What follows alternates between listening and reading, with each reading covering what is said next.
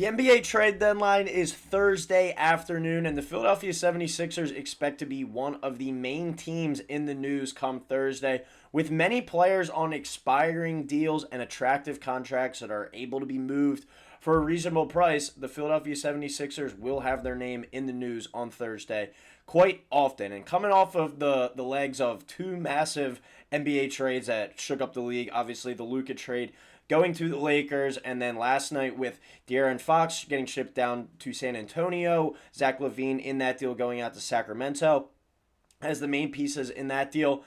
It remains to be seen. Do the Sixers make a massive move like dealing a Paul George, like acquiring a Jimmy Butler? Joel Embiid, as we know, is here to stay.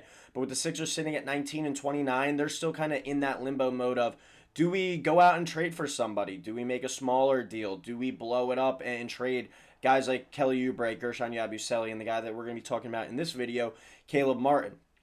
A lot remains to be seen between recording this on Monday night and Thursday afternoon when the trade deadline is.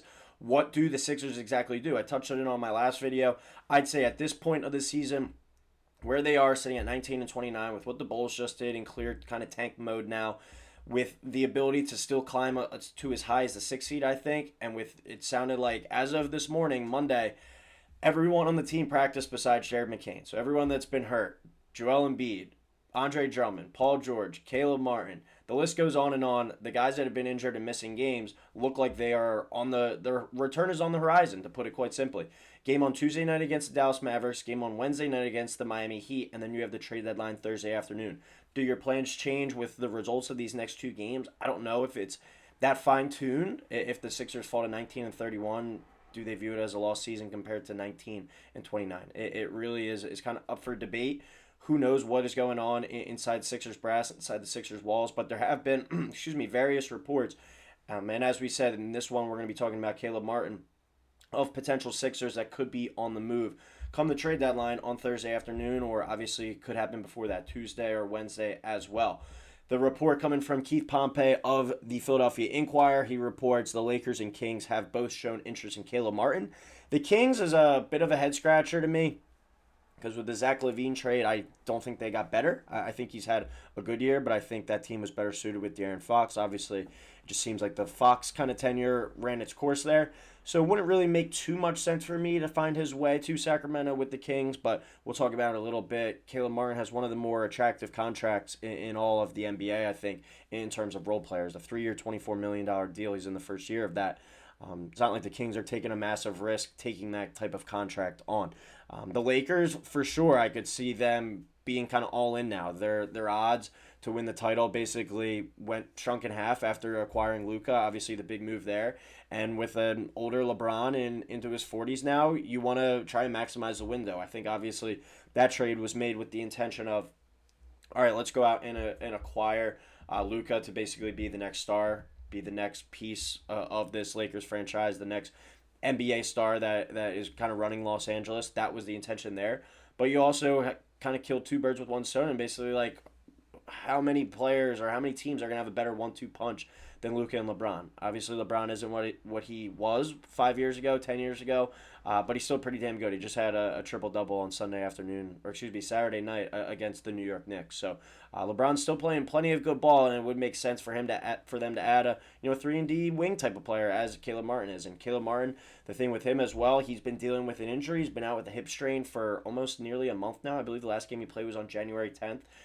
But as I said, he's ruled questionable for tomorrow night's game, Tuesday night's game. If you're listening to this on Tuesday against Dallas Mavericks, potentially returning, do you even risk putting him out there if you're looking to trade him? That remains to be seen as well. Or does a team potentially trading for him want to see him out there and just be like, all right, is he healthy enough to acquire? Does he look all right to help us make this kind of run, make this kind of push? So the Kings, I don't really see it there. I don't think it would make that much sense, but also not taking on too big of a risk, and I'm not really sure what the return would be, what you would fetch for Caleb Martin at this stage.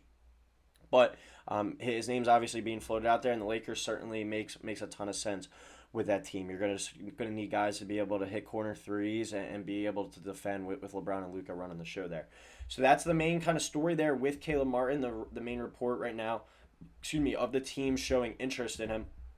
As I said, he's been out of the lineup for quite some time. The last time he played was January 10th. We saw him a few games before this on Christmas Day against the Boston Celtics when the Sixers went up to Boston, won that game, and Caleb Martin had arguably, if not his best game as a Sixer. He's been a little bit up and down this year. The shooting has been a little bit inconsistent, but you see on games like Saturday, January 4th against the Brooklyn Nets, 17 points in 25 minutes. Obviously, he plays good defense as well. He's one of the better defending kind of wing guards in the league. But he's been a little bit up and down and inconsistent at times with his play. The Celtics game, as I said, one of the best games of his career in a Sixers uniform thus far. A short-lived career, but probably his best game. That one helping lead the Sixers to a victory. But the main kind of reason why I think his name is even being potentially floated out there is this contract that he has in front of him. He signed a 3-year, $24 million deal. A 4-year, $35 million deal. It's essentially like a 3-year, 24, I think, because with the contract or the player opt-in, does he opt in that one at only $9 million at 32 years old, or does he kind of go look and get that last payday? But for a player that of Caleb Martin's caliber that we've at least seen, perform in the playoffs with the Miami Heat, hit clutch shots, defend well on the wing, this is a very attractive contract. Not one that, as I said, at the beginning, that you're going to have to give up a ton to get, and you're also not going to have to risk, is this really worth it, taking on this deal, having to shed all this cap space if he doesn't work out in the next year or so. An $8 million deal for a guy like Caleb Martin is as good as it comes, I think, really, in the NBA for a player kind of his caliber at his level. So that is another main kind of thing with you would get a team potentially like the Lakers who would look to acquire him, where it's like, all right, we are now shelling out 2 max contract deals.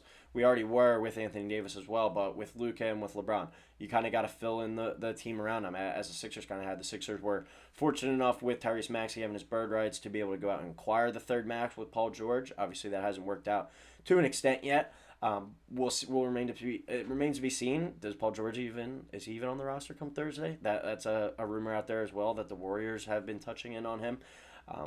But with Caleb Martin, it's like that is just a welcome piece, a welcome addition to a potential Lakers squad there. Can the Sixers fetch a Lake first? Who knows? After the Dallas trade with Luka, only returning one, or is it a second rounder? I don't think you're trading Caleb Martin for a player straight up. So it remains to be seen. But you also look at the situation where, in his absence, like, you've had 2 undrafted young free agents and Justin Edwards and Ricky Council really step up and really play well. Those guys are going to be all competing for minutes when Caleb Martin is back in the fold. Do you want to kind of turn it over and see what you got in those 2 young guys? Can those 2 be kind of building blocks on the wing going forward for you? Or do you want to make this run, make this push with a guy like Joel Embiid with as many games as he has left in his career? Who knows? He's really kind of a ticking time bomb, as I say. Like, it could be any day that he just isn't able to fully function and play basketball at a high level anymore. And it's a sad reality, but that's the situation. So do you want to make the push with the veteran, or do you want to make, rely on some of these young guys to continue to develop, continue to take this next step, continue to grow as players? That kind of remains to be seen with the Sixers there. I'm sure we're going to see more news come out in the coming days, but with a contract like this, it's certainly going to be discussed. The Sixers have 2 games before the trade deadline, as we touched on at the beginning. They fall to 19-31. Do you look at, potentially making this move? You also got guys like Kelly Oubre. You got guys like Gershon Yabusele who are on cheap expiring deals as well. Do you look to potentially move one of those guys, keep Caleb Martin? There's only so many mouths to feed, especially when you have these young guys coming back. Paul George coming back to the lineup. There's only so many minutes that can be had. And as a Sixers team that has dealt with a lot of injuries this year, depth is for sure good to have. But Caleb Martin, outside of the Celtics game, I think we could kind of deem his run here so far as a bit of a disappointment. But also, he's a player that, I think he's just perfectly built for the playoffs if this Sixers team is fully able to get in healthy contention mode.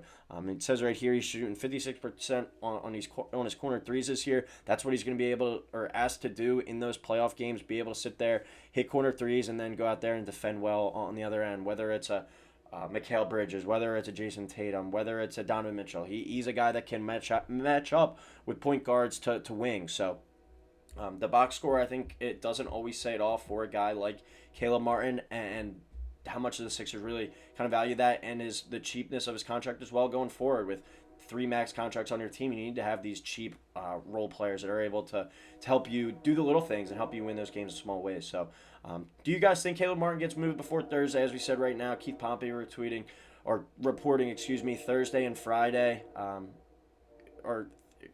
reporting but ahead of Thursday's deadline, that the Lakers and Kings are interested in Caleb Martin and he could potentially be on the move. He's one of the guys that's going to be floated around. We've heard Paul George's name, we've heard Gershon Yabusele's name, we've heard Kelly Oubre's name, Caleb Martin in there as well on a cheap team-friendly deal. So do you guys think Caleb Martin gets traded? Do you want to trade Caleb Martin? Do you want to kind of turn it over to the young guys on the wing and Ricky Council and Justin Edwards and see what they got and can continue to do going forward? Because Caleb Martin as well has been out for nearly a month. Does he get re-injured? It's always in the cards as well. So let me know below in the comments what you want to do with Caleb Martin. Please drop a like, subscribe, and we'll be talking next time here on Sixers Digest.